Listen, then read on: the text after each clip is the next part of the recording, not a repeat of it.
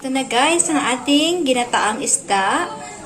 At ayan, malapit na po siyang maluto. Kaya ganyan yung itsura niya. So, antayin lang natin in a moment. Pwede tayong maglagay ng suka or anything na pampaasim ng konti. Pero, para sa akin guys, ang ilalagay ko dito ay suka. So, pwede kayong maglagay ng kahit anong sangkap na gusto nyo pampaasim. Kasi, ito ay nakakapagpatanggal din ng lansa.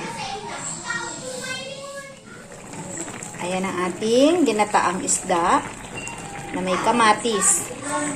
So, lagyan natin guys ng suka para in a moment ay pwede na nating ihain. So, lagyan natin ng suka. Konti lang yan. Para hindi masyado maasim at magmukhang sinigang. Tikman natin kung ano yung lasa. Kung tama na ba. Pwede kayo maglagay, nagdag ng sangkap kung medyo matabang. So, nasa sa inyo guys. It depends sa inyong panlasa. At kung kayo ay mga nagda-diet at bawal sa mga alat, pwede niyong bawasan.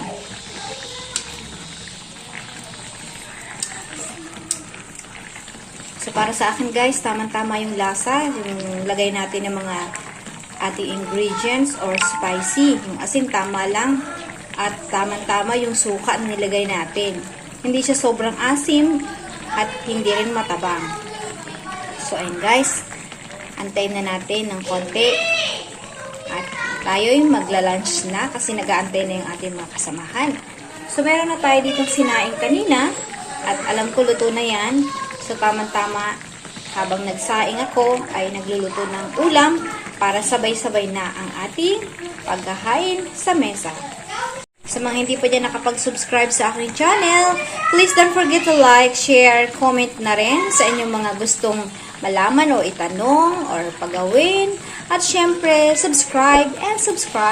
And hit the notification bell for you to be notified on my next video. Ang ating ginataang isda. So, pwede na yan guys. Ihain na natin.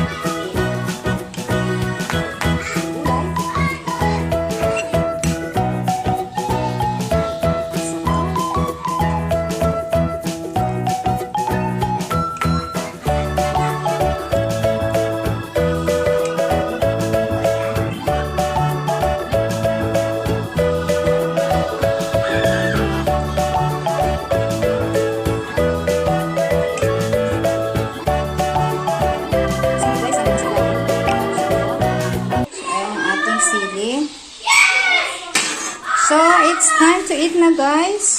Serve na natin. Kasi tanghali na.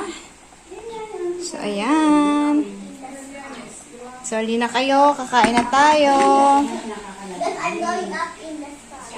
At ito ang ating kanin para sa ating masarap na ulam. So, ito na ang ating ginataang isda na may kamatis at gulay. So, nakita nyo naman guys, ayan yung gata niya, oh. Masarap yan.